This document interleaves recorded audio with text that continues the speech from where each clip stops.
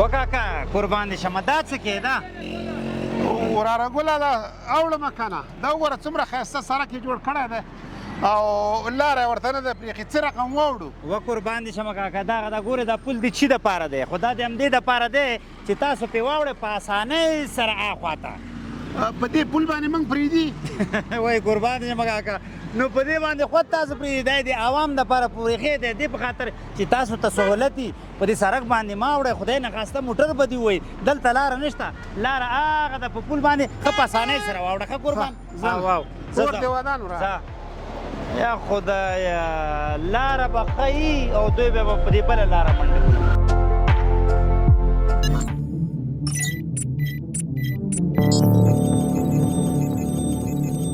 پولیس د ټولنې